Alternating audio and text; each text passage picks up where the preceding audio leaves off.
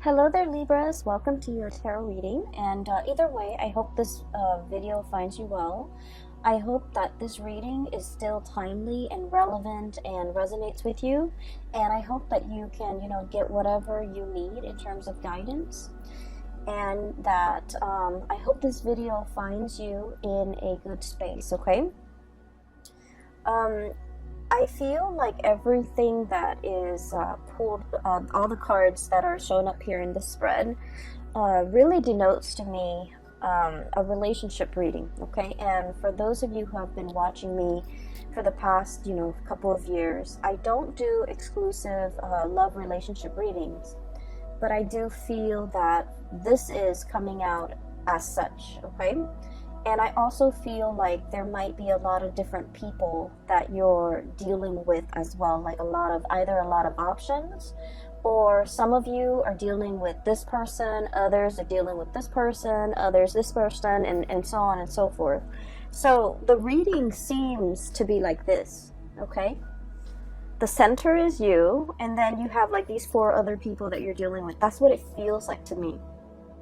So I'm going to relay some messages or images that came through when I was shuffling, and then we'll unpack these messages and see how it plays out in the cards, okay? So you've got some, I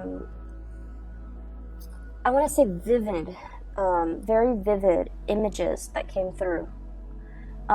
First of all, the first image that I saw is, I see this man. He's probably like around 45 to 50 years old. He's wearing like a flannel shirt, okay? And he's wearing a coat, a very practical earth tone coat, and denim jeans and a pair of work boots. He's in his driveway, and he's shoveling snow. So he's shoveling snow, and it's it's not fun work. It's heavy duty labor, but there's a lot of snow piled up in front of his truck, and he's trying to take his truck somewhere. So he's shoveling snow, and it seems like he's been at it for like 20 minutes. His face is a little bit red from the cold. His nose is like, starting to run, and it's also like turning red from breathing in the cold air. He finally succeeds, and then he stands up and he kind of leans his weight on his shovel, and he's feeling a little bit of pain shooting down his legs, okay? And I feel like this might be the right side, like the right leg, around the hip area. So I'm thinking something similar to like sciatica, or just something like I don't feel like it's a pulled muscle. I feel like it's a pre-existing spot, okay? So then he puts away the shovel. He's finally able to clear the driveway so that he can move his truck. He gets into his truck, and then he drives to this little diner. So through this, I guess, like moving picture, I feel like he's just going through the motions, okay? Going through the motions. It's cold, it's snowing, and he's just, trying to get someplace warm. He goes to this diner where he goes every day to have his breakfast. And so he sits down at I guess it's kind of like the counter. This is not a bar, so it's kind of like the counter. And he gets his coffee, he gets his, eggs and whatever. Eggs and bacon and whatever, like a hard, sturdy man like him would get for breakfast, and straight black coffee. And there's a woman behind the counter. So it seems as if he goes to this diner a lot because the woman's there, inadvertently, because she makes good coffee, because she's also quite attractive. And I also feel like she's significantly younger than him, okay? By significantly younger, I would say 10 years or more younger than this man, okay? She's pretty, and she's young, and she's really just bubbly, and she's like everything that you could hope for, when you have a gray day and she's serving you food, okay? So she's behind the counter, and she's just like, I saw you kind of limping when you walked up in here. What's going on? And then he touches the side of his hips, like on the right side. He's all like, oh, it's a pre-existing condition. Okay, so that's what he says. And then I kind of hear his thoughts where he's thinking like the cold triggers it, or it's every time around this, every year around this time, it bothers me. So he's thinking that. He doesn't tell her, but he's thinking that. She serves him his food, and he's looking at her, kind of like doing her thing behind the counter. And I feel like he's thinking as well to himself that, you know, if I were younger, I would love to have a woman like that by my side. Okay? He's not thinking anything inappropriate. He's just thinking that she's a very lovely lady. She's pretty, she's nice, she's kind, and she seems very observant. So he's thinking that, but he doesn't let his feelings show. So this is a man who's got a very, very rough exterior. He's probably like a blue collar, you know, day laborer. Not that there's anything wrong with that. I just feel like, you know, he's somebody that fixes things. He's somebody that uses his hands and uses a lot of force with his job, right? So you don't see the tenderness or the softness in him, but his thoughts are very soft and tender. You don't see it on the exterior of this man, but I feel like, you know, he's got a good heart, okay? He's an honest, hardworking, good man. And the scene cuts out. So, what I was seeing here is, I feel like for some of you, you might be the waitress or the hostess or the person working behind the counter. Okay? You might be in a position where a lot of people that you normally might not consider your type are kind of secretly admiring you from afar. And this kind of harkens back to the Aries reading that I did, where Aries, they have a lot of admirers and a lot of suitors, but the suitors are kind of looking at Aries like they want to have a screaming good time with Aries.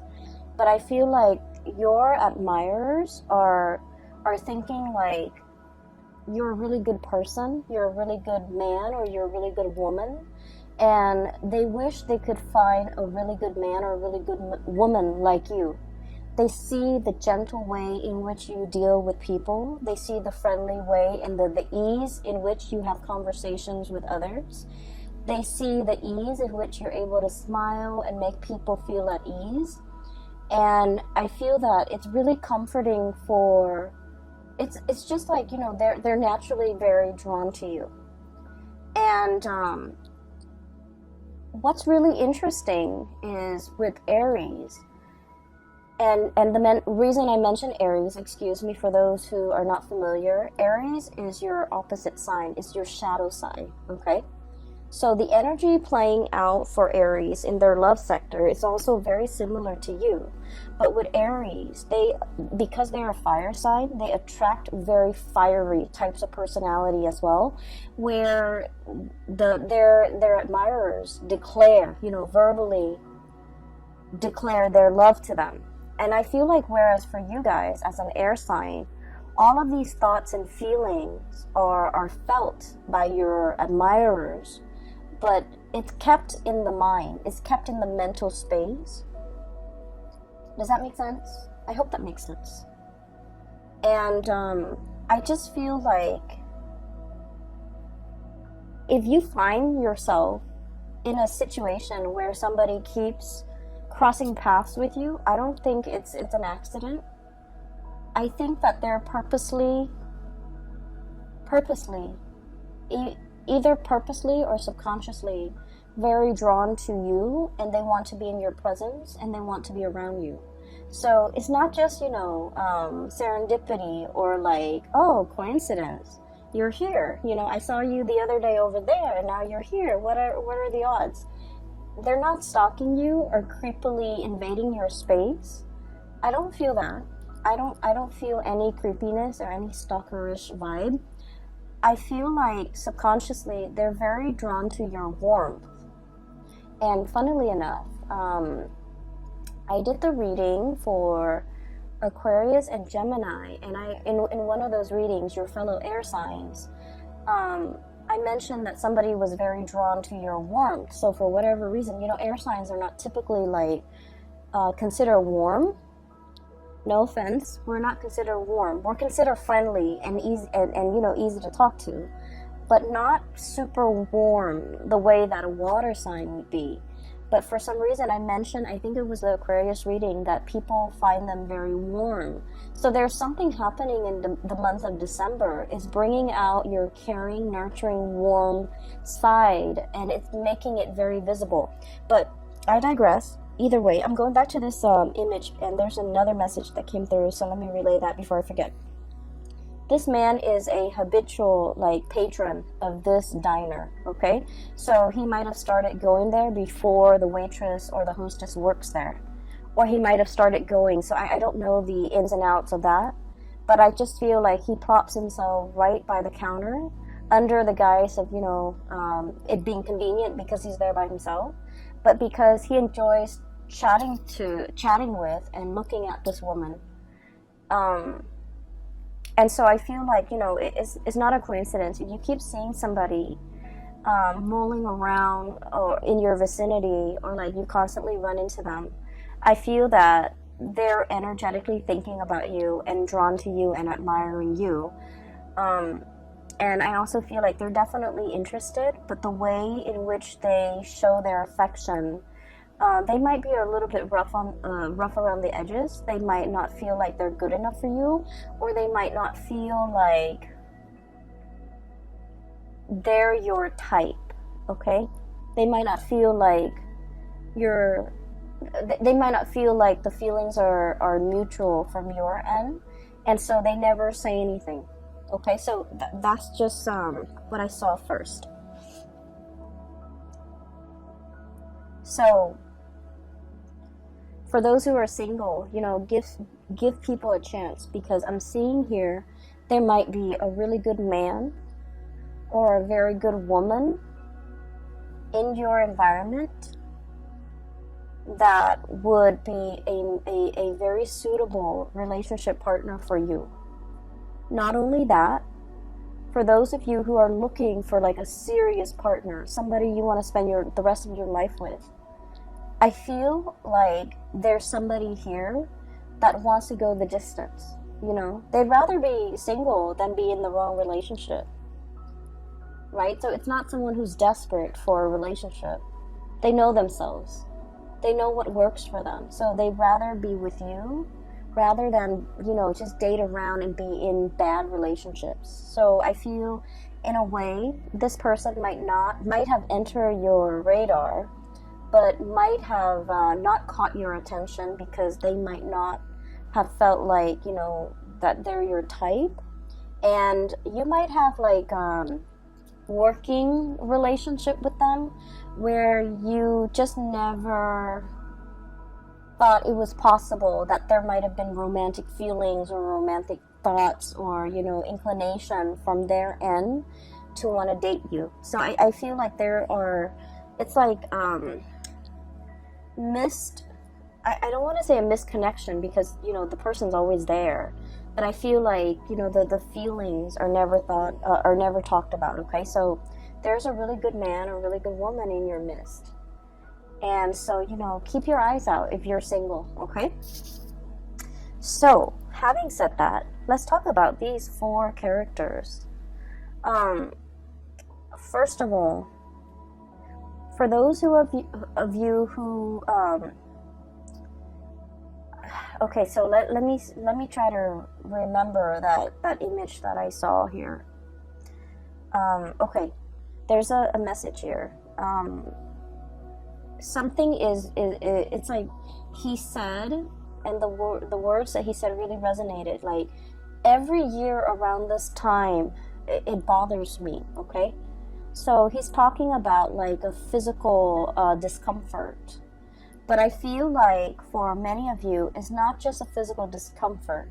It's something that gets triggered every now and then, every holiday season, every time of the year, or even, you know, every change in weather, okay? So we're in the month of December. It is the winter time in the northern hemisphere. So I feel like something is being triggered either seasonally, climatically. Maybe it's the holiday season and we're being triggered by our parents. But I feel like it's a situation where it's uncomfortable physically, and then it becomes uncomfortable kind of emotionally.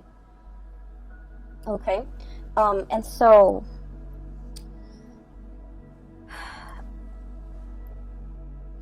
I do feel like there might be a lot of squabbling between you and a significant other over something that gets triggered every year around this time. For some of you, this could have to do with, the blending of the family, co-parenting. Do we send the kids to this place or do we send the kids to the other place? If you're in like blended family, that also becomes a source of contention. Do I take my kids or do my ex get to keep the kids for these major holidays? Do I spend, time with my new wife, my new husband and their kids? Or do I spend my holidays with my ex and my child with the ex? So it's like complicated, okay? Things are complicated. And so I feel like something is recurring. And then I also feel for many of you, the message that I'm getting here is just because there is conflict amongst people, it doesn't mean that the love is not there. Does that make sense? I hope that makes sense to you, because that's what chose to come out. So that's what like just kind of oozed out. So I feel like it's kind of telling you, if you're dealing with somebody and every single time you talk about this one topic, it triggers conflict, it triggers like disagreement, it triggers lack of consensus, it just triggers like really raw emotions within you and then within that other person. And just because it does that, it doesn't mean that there's zero compatibility. It's just you feel really strongly about this topic, they feel really strongly about this topic. This might just be a hot trigger topic for you and this person. It doesn't mean that it's the end of the world, and it doesn't mean that, you guys are doomed. Okay? It doesn't indicate to me that this is a sign, this is not the person for you to be with. That's not what it's saying. It's saying that even the best relationships, go through periods of abundance and drought. Even the best, healthiest relationship involves quarrels, involves disagreement. And actually, a dose of disagreement strengthens a relationship, okay? So once again, I'm going to give that analogy with the tree. I don't describe it very well, but I'm just going to try. So when you have a tree, okay, the tree has to deal with inclement weather. It has to grow in a place where there's a lot of wind, where there's a lot of rain, where there's a lot of just, it has to be exposed to the elements for the trunks to become stronger, for the tree to learn to grow straight. And so adversity is the stuff of life, okay? It fortifies us, it makes us stronger. So arguments within the relationship serve the same purpose in that it strengthens the relationship. It allows you to stand your ground, and it allows the other person to stand theirs.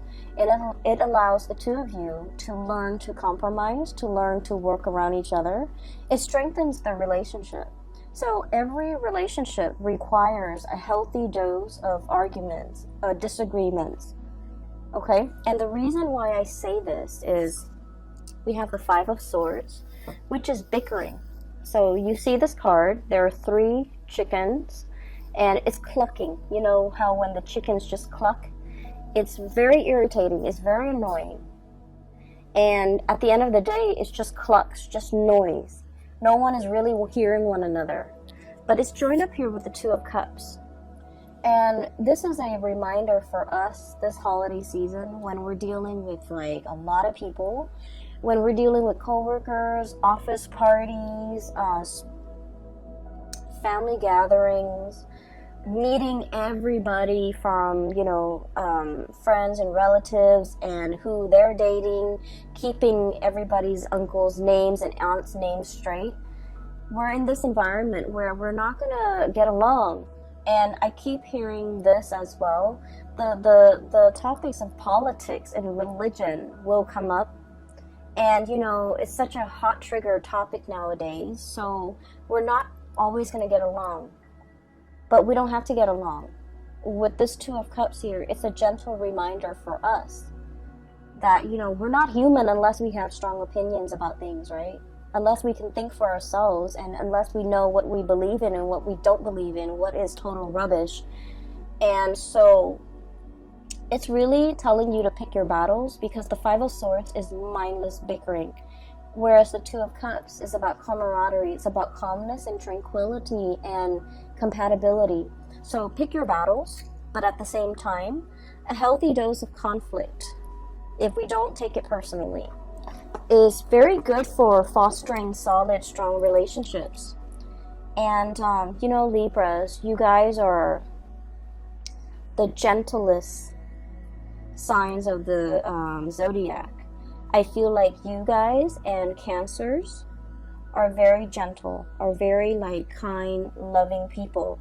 You're also very conflict avoidant. You will stand up for the things that you believe in, but you don't want to argue with somebody, especially if they're not very knowledgeable. You don't want to waste your time.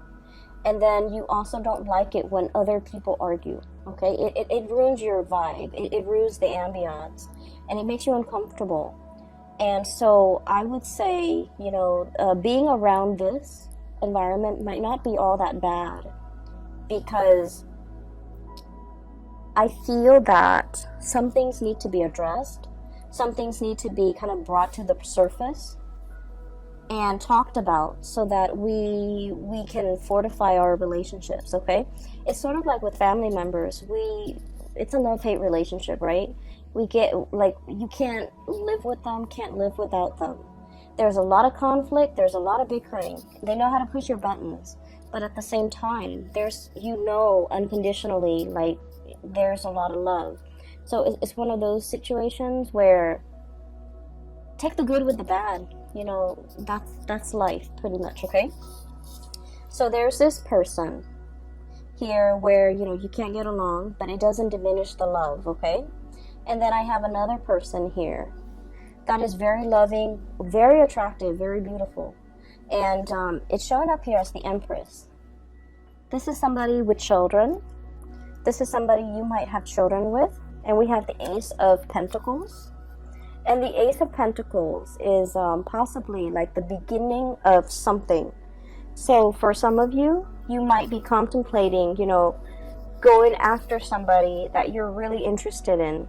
You might not have children, they might have children, and so you're kind of like, you know, slowing buying your time, or pondering, and, you know, like, if this is a good thing to get involved in. Give me just 1 second. Sorry about that. So I was talking about this person right here, and I feel like, you know, they have a really good heart. So it's showing up as the Empress. This is the caretaker, the nurturer, the giver.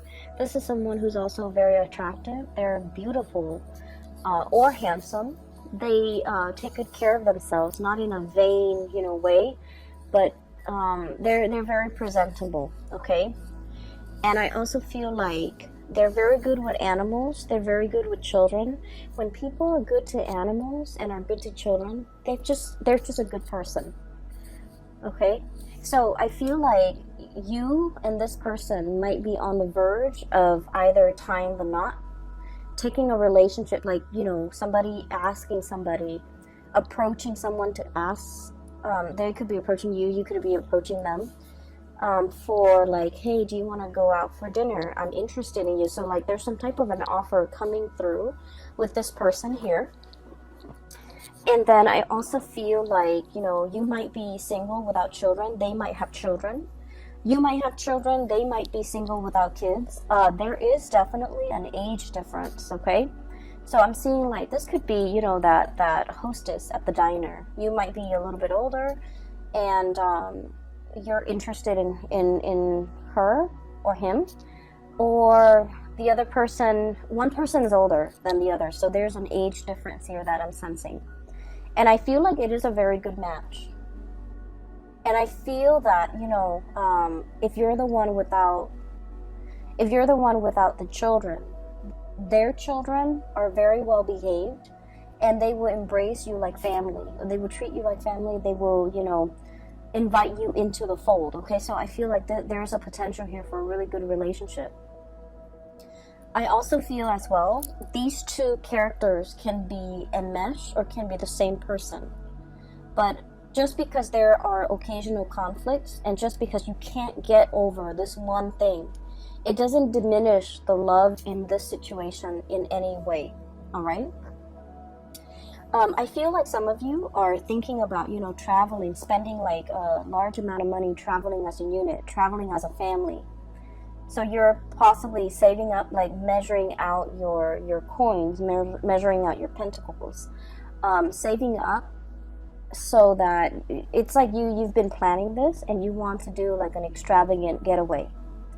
And I also feel like you might be doing this with your whole family, with siblings, brothers, sisters, mom, dad, grandparents even. Like it's an extravagant type of a trip, a get-together, a getaway. And I feel that it's going to be picture perfect, okay? I have here the Ten of Pentacles, generational wealth. It's resting on top of the Justice card. So I feel like, you know, generosity, everything will be balanced out if there has been squabbling. And, you know, at the end of the night, when everyone's a little bit tipsy from the food and the wine and the drinks, and everyone takes that family photo, it's going to come out great. So I see a lot of togetherness, a lot of, you know, camaraderie, and just a tremendous amount of love here coming through from this spread. That indicates to me, you know, no matter what, it's going to be fine. And so, what I also feel as well, when I saw that man kind of talking about, you know, every time around every year around this time, it bothers me. I'm getting an image of snow, okay, like the cold, the snow. It could even be the month of December. Something happened last year around the month of December where somebody exited the picture. I feel like somebody exited the picture. And then this month in December, I feel like they might have also exited the picture, and you're missing this person. For some of you, this could be a fire sign, a Sagittarius, an Aries, or a Leo. We have the King of Pentacles. I'm sorry, the King of Wands. So this is the fire sign. Sagittarius, Aries, or Leo, and the Five of Pentacles. Leaving the picture, left out in the cold, there might not have been a lot of communication between you and this person. You're looking at them, thinking and wondering what they're up to. They're thinking and wondering about you, what you're up to. For many of you, this is like a relationship that never got off the ground. Misconnections. I feel like the other person had to do something to get their career or their work in order. I also feel like you had things in your life that was preventing you from being in a relationship with this person. Okay? And I do sense for many of you, you might be in another relationship and you admire this person. I feel like the feelings are very mutual. You like them, they like you. But for whatever reason, they were going off to pursue their career. You might have been in another relationship and you couldn't be with them. So the feelings are felt, but I feel like out of the sense of responsibility and morality and ethics, nobody did anything because because they didn't want you to stray.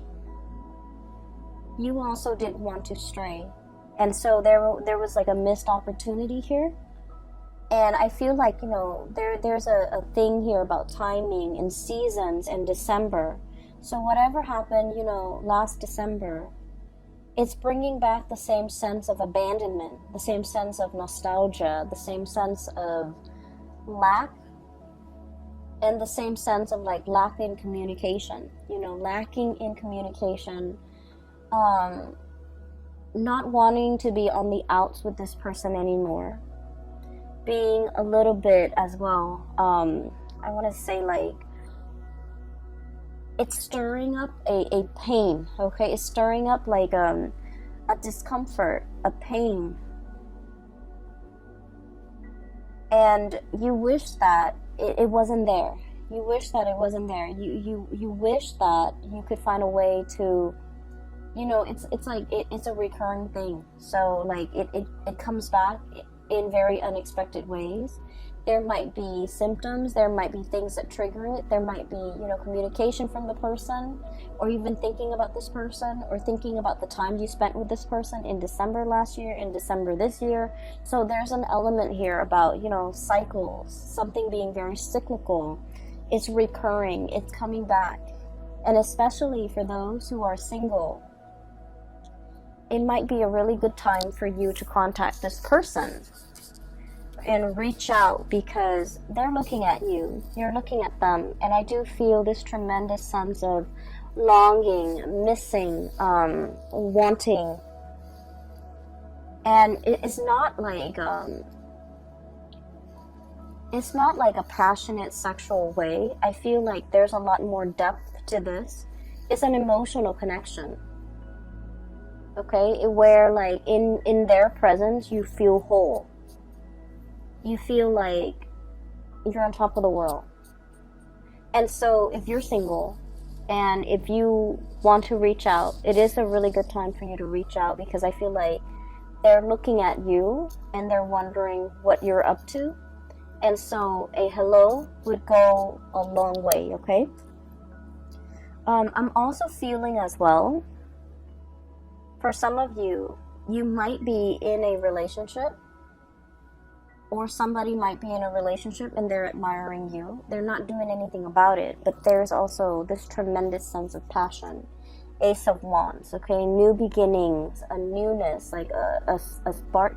Just imagine you're in like a dark cave and you can't see what's ahead. You can't see what's behind you. It's dark. It's a little bit damp. You're not able to perceive like where you're going. And then all of a sudden there's a match, and then a spark, and then a torch, okay? And it brings light and it brings visibility to this dank and dark cave. That's what this card represents. It's like, I once was lost and now I can find my way. Now I can see. That's what it feels like to me, because there's a spark of passion here that somebody is coming in, igniting in your life, or you are coming in igniting this spark in somebody else's life. And once we have been ignited, matches are like single use, right? So it denotes to me this is like a once in a lifetime, or this is like something that is very extraordinary. Something that is very unique, something that comes once in a lifetime, something that brings us, into a new sense of being. And so I feel like the presence that you have in somebody's life, whether or not you are aware of it, it is very transformative. And keep in mind, it is single use. So it's like they can't find another one like you. You can't find another one like them. And without this person's presence in the picture, life is just not the same. And so if you're dealing with this energy and you're not really sure what you should do, I would say, the month of December is about closure.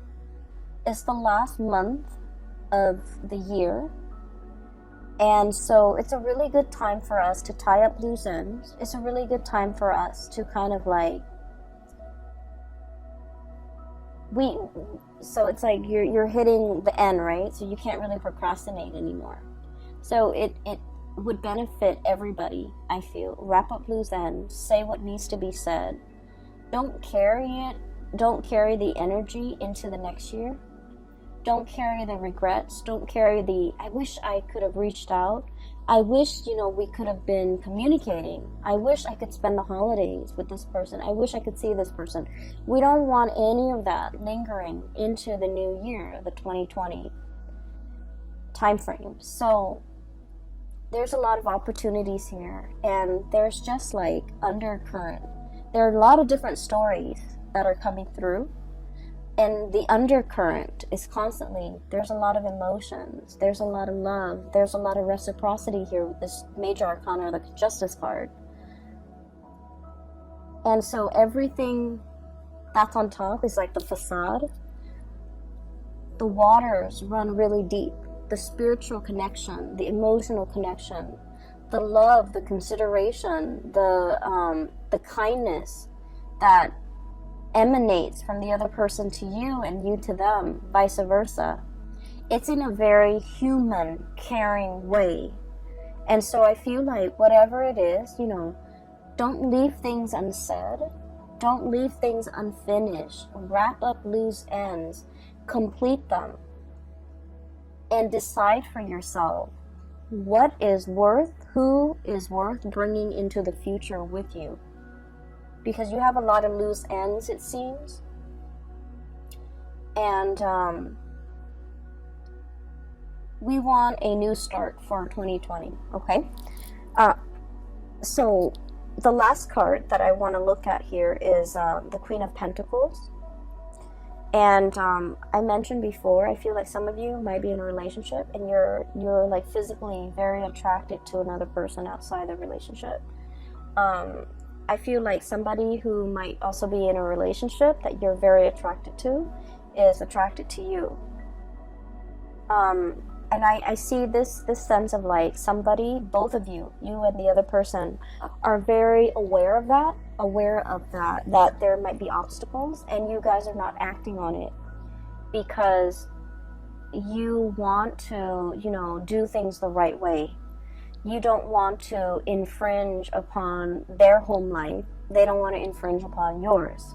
You don't want to be the other woman, the other man. They don't want to be the other woman or the other man, or even put you in that situation. So this is a situation that's very exalted, because I feel like, two people foregoing their lust for one another out of respect for one another, out of respect for the sanctity of marriage, out of respect for like the spouse or the woman or the spouse, the wife or the husband.